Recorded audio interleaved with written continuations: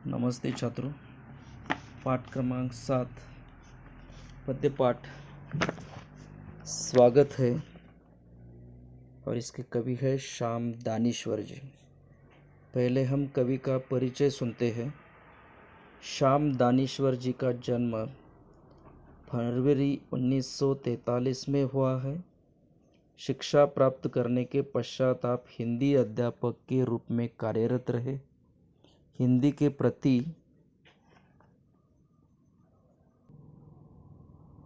के प्रति लगाव होने के कारण साहित्य रचना में रुचि जागृत हुई। प्रवासी साहित्य में मॉरिशस के कवि के रूप में आपकी पहचान बनी है। अपने परिजनों से बिछो का दुख, गुलामी का दंश और पीड़ा आपके काव्य में पूरी संवेदना के साथ उभरी है। यथार्थ अंकन के साथ भविष्य के प्रति आशावादिता आपके काव्य की विशेषता है। प्रवासी भारतीय साहित्य में आपका महत्वपूर्ण योगदान रहा है और श्याम दानेश्वर जी की मृत्यु 2006 में हुई है। इनकी प्रमुख कृतियाँ इस प्रकार है: पागल, कमलकांड, उपन्यास, काव्य संग्रह आदि। काव्य का प्रकार देखिए। विदेशों में बसे भारतीयों द्वारा हिंदी में रचा गया साहित्य प्रवासी भारतीय हिंदी साहित्य कहलाता है। इन रचनाओं ने नीति, मूल्य, मिथक, इतिहास, सभ्यता के माध्यम से भारतीयता को सुरक्षित रखा है। प्रवासी साहित्य ने हिंदी साहित्य को समृद्ध बनाने के साथ साथ पाठकों को प्रवास की संस्कृति, संस्कार एवं उस भूभाग के लोगों की स्थिति से भी अवगत कराया है। अभिमन्यु, अनंत, जोगिंदर सिंह, कंवल, स्नेहा ठाकुर आदि अन्य प्रवासी साहित्यकार हैं। काव्य का परिचय सुनिए। प्रस्तुत कविता में कवि प्रवासी भारतीयों को अपनी विगत दुखद स्मृतियां भुलाकर मॉरिशस आने के लिए प्रेरित कर रहा है। अब मॉरिशस की भूमि नहर के समान है जहां परिजनों से मिलाप होगा। लघु भारत के आंगन में कवि सभी का स्वागत कर रहा है। कवि ने गिरमिटियों यानी मजदूरों के जीवन में आए सकारात्मक पहलुओं को उजागर किया है। गिरमिटियों की पीढ़ियों के मन में स्थित भारतीयों की संवेदनाओं और उनकी सृजनात्मक प्रतिभाओं के दर्शन भी कराए हैं।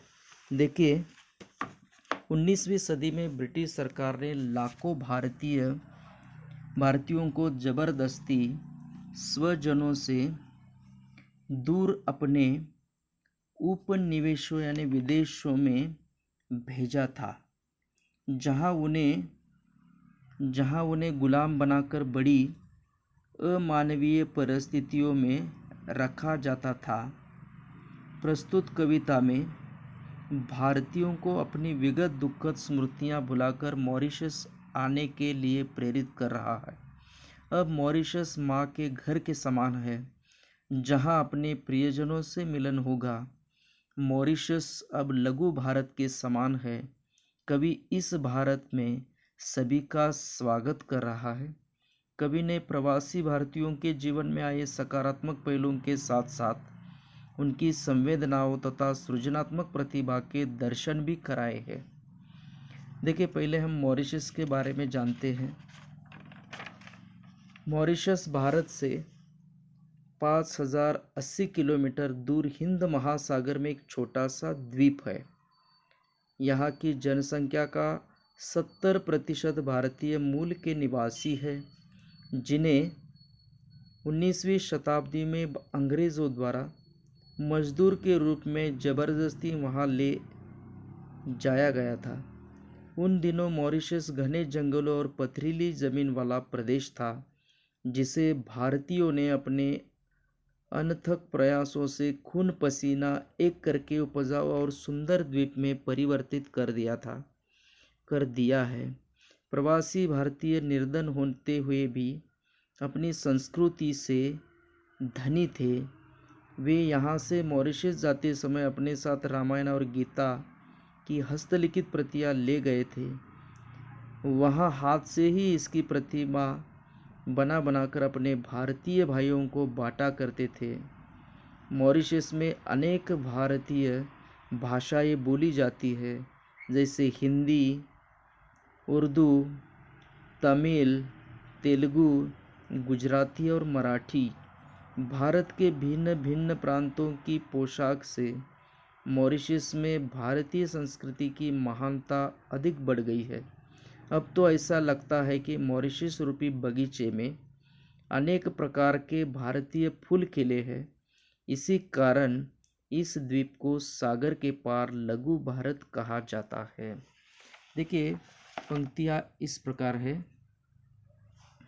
स्वागत है, स्वागत स्वागत स्वागत है, आओ आओ आओ, ओ मेरे भाइयों, बिखरे हुए मेरे परम दोस्तों, आप सबों का सप्रेम स्वागत है। एक ही माँ के बालक हैं हम और अनेक देशों में बिखरे हैं। आज मिलन हमारा हो रहा है। कई युगों के बाद तुम सब मॉरिशस की भूमि पर पधार रहे हो, आज स्वागत है। कवि कहता है कि हे मेरे देशवासियों, मेरे भाइयों, आओ, तुम सबका स्वागत है। पूरी पृथ्वी पर इधर उधर बिखरे हुए मेरे प्रिय मित्रों, मॉरिशस की भूमि पर आपका प्रेम सहित स्वागत है। हम सब एक ही माँ अर्थात भारत माँ की संतान है। समय के चक्र ने हमें अनेक देशों में बिखरा दिया है। तुम सब मॉरिशस की धरती पर पधार रहे हो।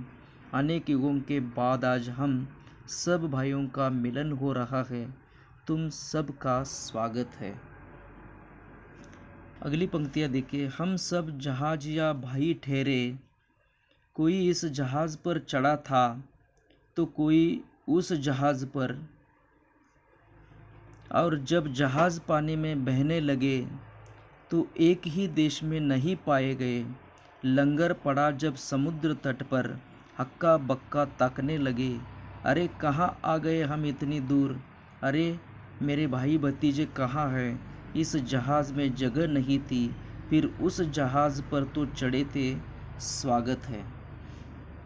कवि कहते हैं कि एक समय ऐसा आया था जब हमें ज़बरदस्ती जहाज़ पर चढ़ा दिया गया।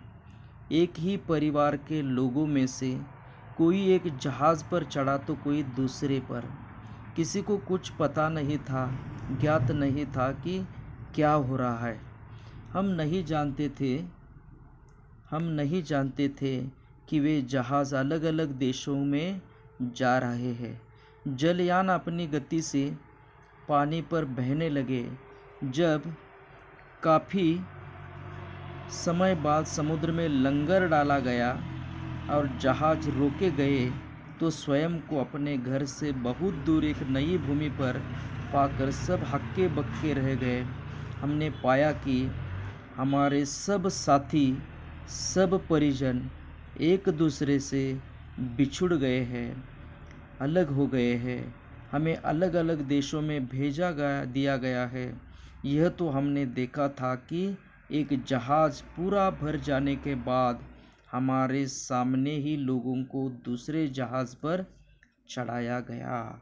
आगे की पंक्तियाँ देखिए। भूल जाओ वह पुरानी कथा, मेरे हृदय के टुकड़ों, भूल जाओ वह जहाजी कारनामे जो होना था प्रारब्ध में, वही तो हुआ हम सब के साथ। अब रोने से क्या होगा। जहाजी प्रणयन को सोचना क्या, आज तो हम मिल ही रहे हैं युग युगांतरों बाद। देखो हम सब कैसे साथ हैं आज, लघु भारत के प्रांगण में स्वागत है। कवि कहते हैं कि मेरे प्रिय, मेरे हृदय के टुकड़ों, उस पुरानी कथा को भूल जाओ कि किस प्रकार आप लोगों को जहाज़ों में भरा गया, आप लोगों को अपने परिजनों से अलग कर दिया गया। आपके भाग्य में यही लिखा था। इस प्रकार अपनी मातृभूमि से अलग होना ही आपकी किस्मत में था। अब उस पर रोने से कोई लाभ नहीं है। जहाज़ों द्वारा आप सबको यहाँ लाए जाने की घटना को सोचकर दुखी होने पर भी अब उसे अनहोना नहीं किया जा सकता है। आज युगों के बाद हम सब मिल रहे हैं। देखो आज हम सब कैसे साथ साथ हैं। ऐसा लगता है कि मानो इस धरती पर एक लघु भारत बन गया हो और उस अपने छोटे से भारत के प्रांगण में आज युगों के बाद हम एक ही माता के बालक मिल रहे हैं।